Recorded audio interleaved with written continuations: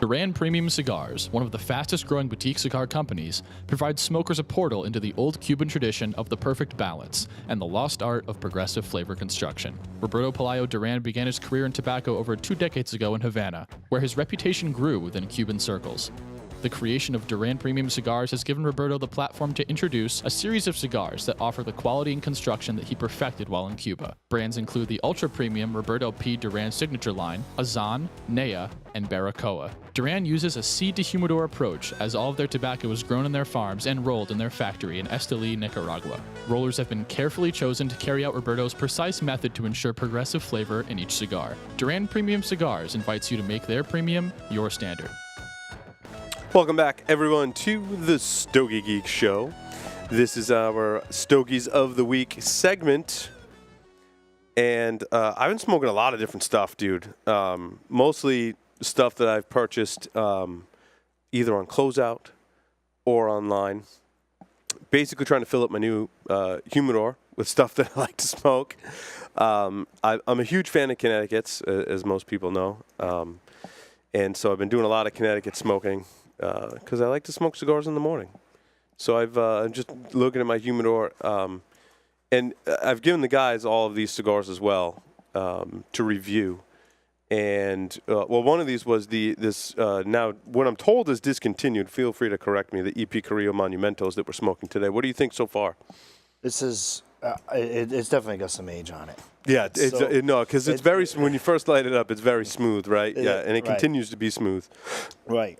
It's, you get a little bit of cedar and a little bit of leather. It's just well balanced, you know. It's well balanced smoke. It's great smoke. The retro hail is awesome. It has, but for a large cigar, man, like it has a lot of character and a lot of staying power for that big of a cigar. Right, and it's consistent throughout, and we're about halfway done, I guess, and it's just consistent. I think that's just one of Ernesto's many talents, is being able to blend a cigar in these larger ring gauges, in larger sizes, and have it have that much character and flavor and consistency throughout the entire smoke. I think that's one of his amazing qualities. And I'm smoking a lot of EPC, La Historia, fantastic. I mean, that cigar is absolutely amazing. I would call that box-worthy in multiple different sizes. I've got the El Senador, which is the Robusto size. It says it right there in the box. What does it say, 5 1/4 by 52? 5 1/8 by 52? 5 and... Oh, what is that? We're old. We can't see. I can't see from my That's angle. just an awesome little cigar. I picked up some of those, and I really love smoking those. Absolutely box worthy. Mm-hmm. If you see those, pick them up. The presentation's beautiful in the box. It's just a perfect little smoke.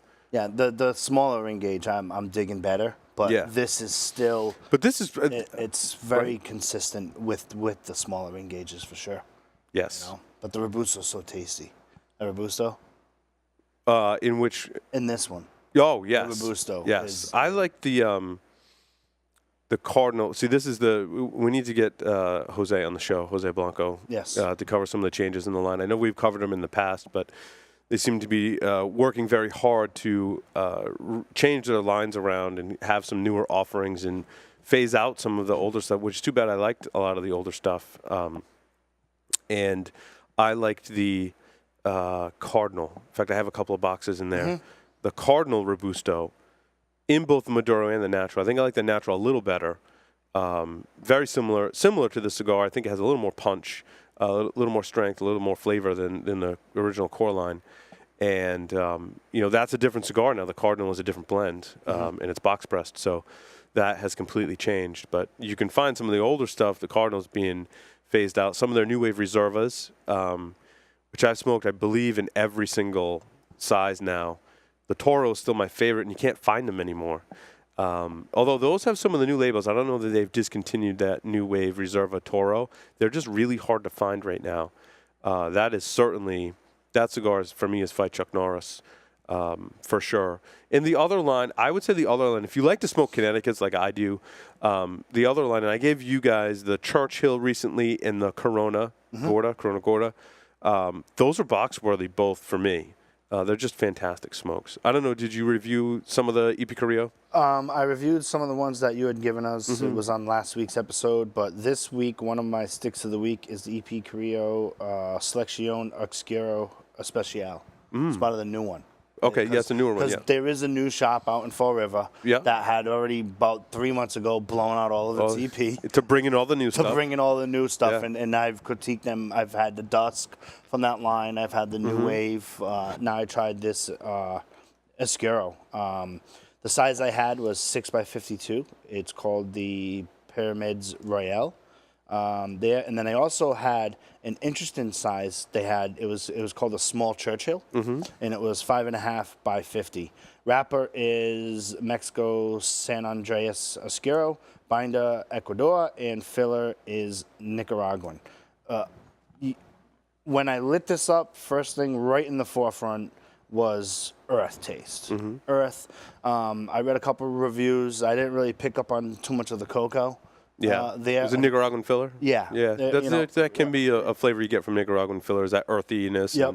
And, definitely, I mean, some get that dark chocolate cocoa kind of feel to it too. Right, and then towards the end, it kind of got you got a little bit of wood and you got a little bit of cedar spice notes, but that earthiness was up in the forefront for me. You know, more than the Dusk. I know it's different smoke and different blend, but you know, I don't know, the newer stuff, in my opinion, thus far, is the older EP Carrillo. When you light it, it would kind of just go throughout the stick.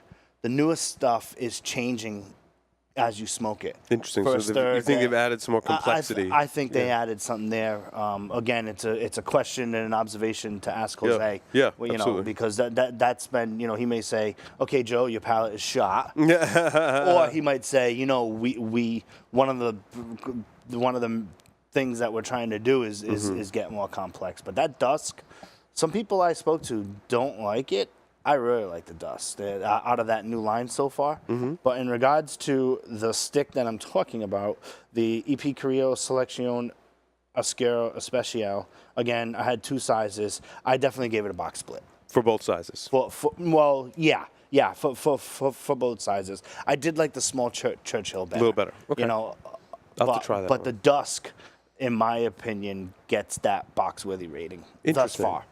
You know, I have a couple that I've been aging in there, letting them settle out. What, the Dusk? The Dusk. So I'm gonna get smoke them all. And again, where my It won't be next week 'cause I'm traveling, but when I get back from my travel, I'm going to start reviewing a lot of that stuff and sitting in my humidor. They've been letting kind of settle out a little bit, and that's definitely one of them. where my observation is coming with the complexity comment is, like, when I first light up the Dusk, I'm like, okay, you know, yeah, it might be box split, but the final 2/3 of that cigar just kicks right in. And then, so I've noticed that their sticks now with that new line, it's the new line and the new rebranding. It's adds some complexity for sure. I've been hitting the kind of rounding out the EP Carrillo stuff. I've been hitting the regular new wave line pretty hard. That and the Toro is really good. Not as good as the New Wave Reserva. There's a price difference there.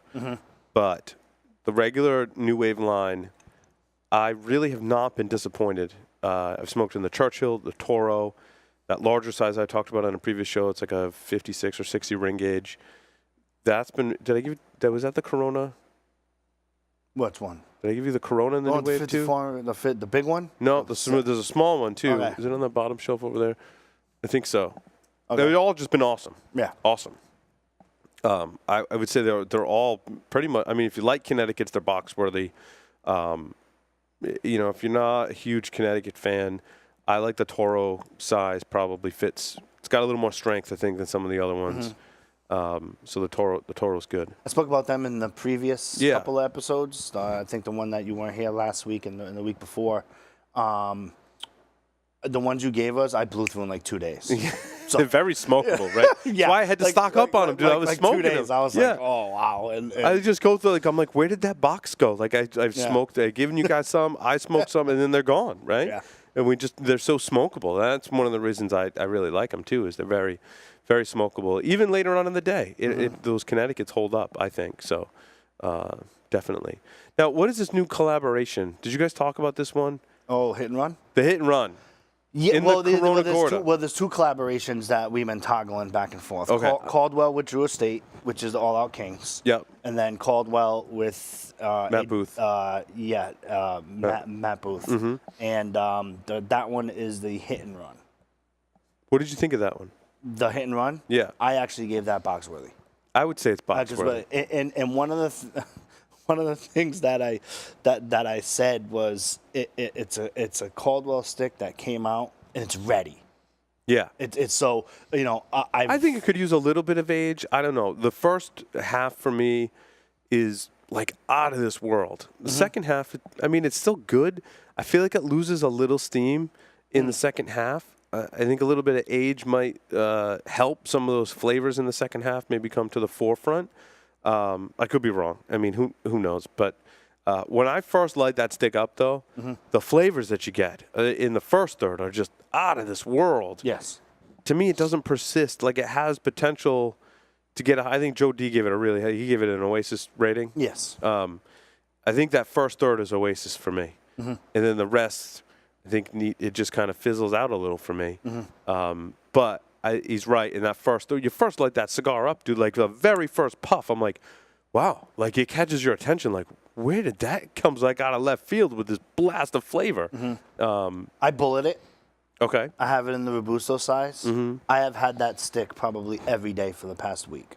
Over last week. See, I haven't had the. I've only had there's a box of Corona Gorda in there that I thoroughly enjoy that stick. It's at one of the brick and mortars that I frequent, and I've been toggling between that and the Sereno Maduro Double X. Interesting. I love those two sticks. You know, from doing a back. I gotta try that Sereno. You never tried it? I don't think I have. No. Oh, okay. Yeah, it's a good stick. I've had the Connecticut. And then I tried one of the newest releases. That's one of my sticks of the week, too, today. But you know what's really kind of like levels the playing field for me? what's that? We review all these cigars, right? And I've been smoking a lot of the Connecticut's, and I love smoking them, don't get me wrong. But then I found in my humidor, I found a Padron 45th Maduro. Oh, God. And then I'm just like, wow. It kind of takes you back. It takes you back. Takes me back. It's because of those classic Padron flavors. Takes you back to how a cigar should taste. Oh, my God, dude. It's just so good. Yeah. It's just amazing. And of course, it's one of the brands online like Davidoff that are Fuente to a certain extent and Padron that are very heavily price protected. You're not going to find deals. You're not at any capacity, right? No one's blowing those cigars out. And it's just, it's worth every penny. It's just amazing. It's Oasis experience for me. In the 45th, I've been sitting in a little while in my humidor. Just so good. You haven't done any of those pork tenderloins you got in there? No, my bundle's dwindling though. I'm not there. I'm you know. I have to move that to the hands-off section. Oh, it's of the not? humidor. No, it's not. Oh, really? That's I'm surprised.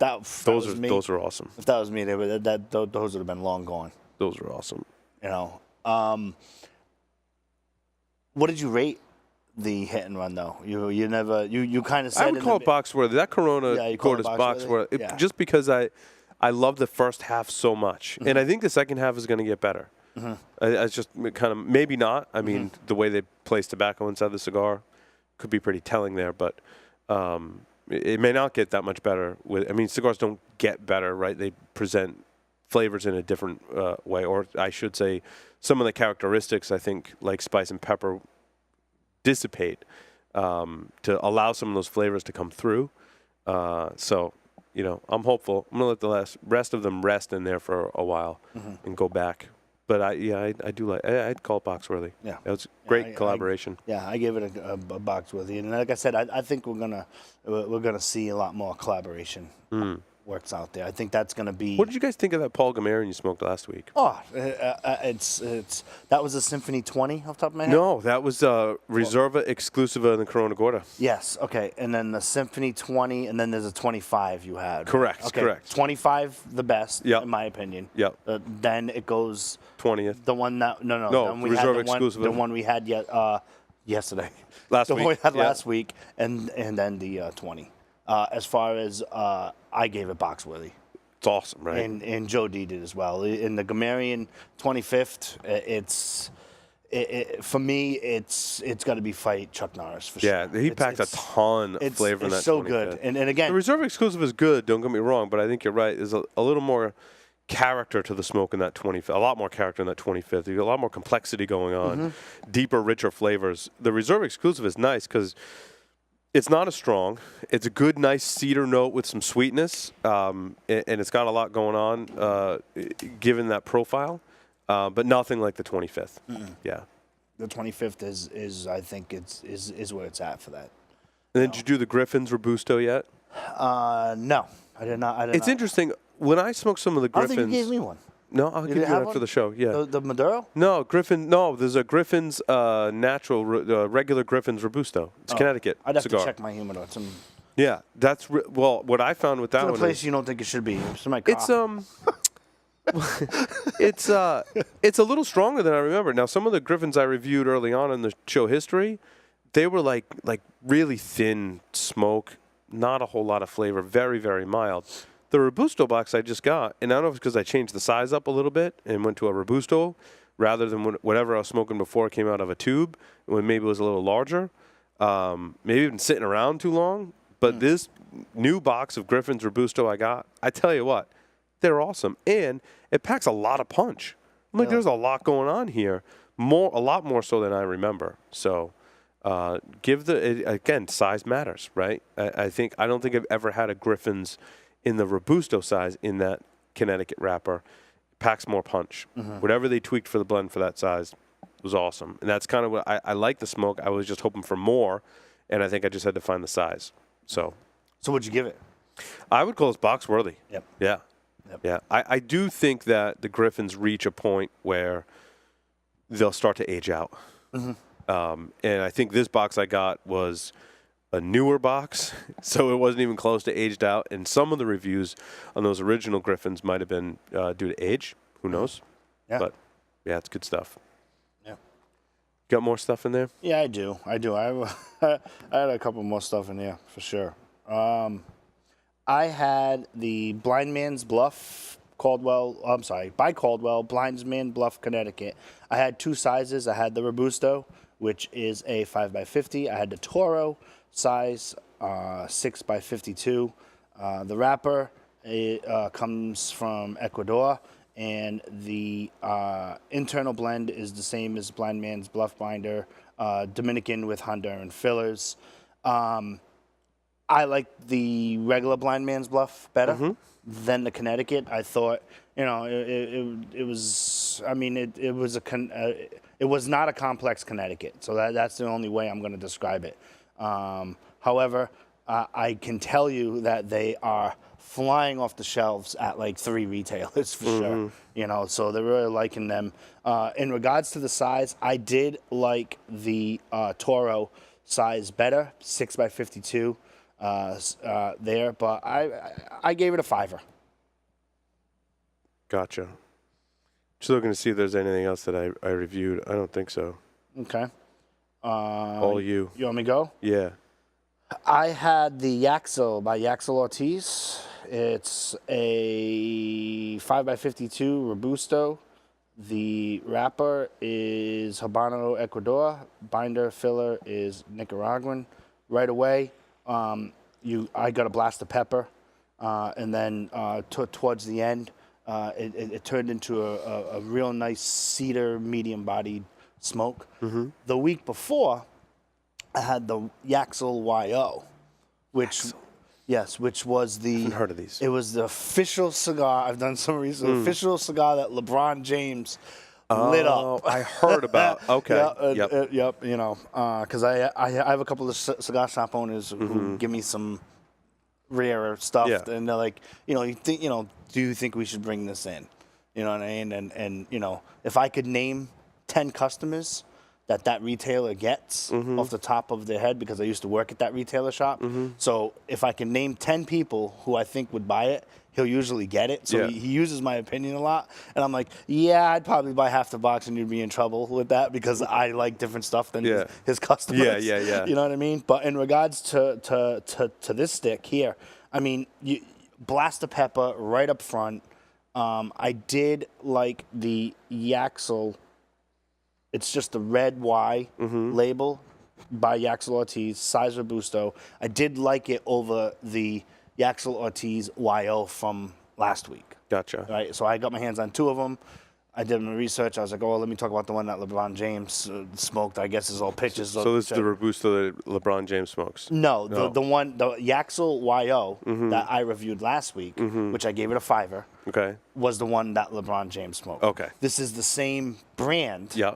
But a different smoke. This different is, blend. Okay. Yeah, a total different blend. Gotcha. And I gave it a 5 as well.